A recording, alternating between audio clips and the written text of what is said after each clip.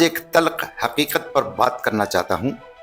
एक ऐसी हकीकत जो हमारे माशरे में कुर्बानी के नाम पर कारोबार बनता जा रहा है।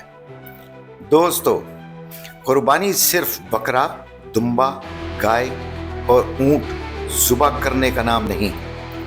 अल्लाह पाक ने सूरह हज आयत नंबर 37 में फरमा दिया है कि अल्लाह को ना उनका गोश्त पहुंचता है और ना खून, बल्कि अल्लाह पाक को तुम्हारी नीयत और तुम्हारा तक़वा पहुंचता है।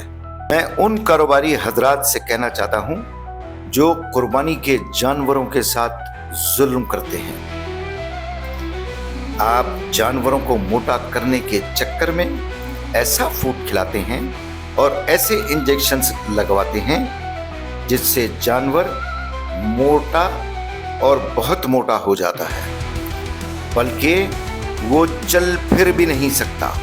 जैसा आप अपनी औलाद की देखभाल करते हैं, उनका मोटा होने से रोकते हैं, उनकी ग़िज़ा का ख्याल रखते हैं, इसी तरह कुर्बानी के जानवरों का भी ख्याल रखना चाहिए। आप लोग कारोबार के नशे में ये भूल चुके हैं, ये मोटा जानवर इतना मोटा हो जाता है जिसमें गोश्त तो होता ही नहीं, सिर्फ चर्बी और सिर्फ चर्बी होती है जो किसी गरीब इंसान के काम नहीं आती।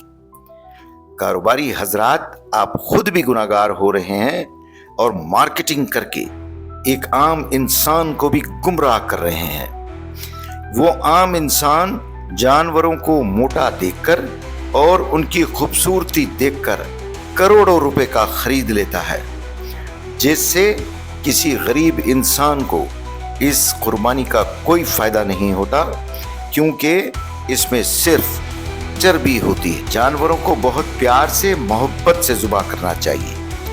आप लोग कुर्बानी के जानवरों को डंडे मारते हो, ट्रक से गिरा देते हो, और जब जानवर हुजूम और रश को देखकर घबराकर भाग जाता है, आप लोग तफरी करते हो, शोर शराबा करते हो, मोबाइल पर मूवियां बनाते हो। क्या अल्लाह को ऐसी कुर्बानी पसंद आएगी? फैसला आप खुद करें नाजरीन, और अहद करें, हम दिखावे की कुर्बानी नहीं करेंगे, जानवरों पर जुल्म नहीं करेंगे।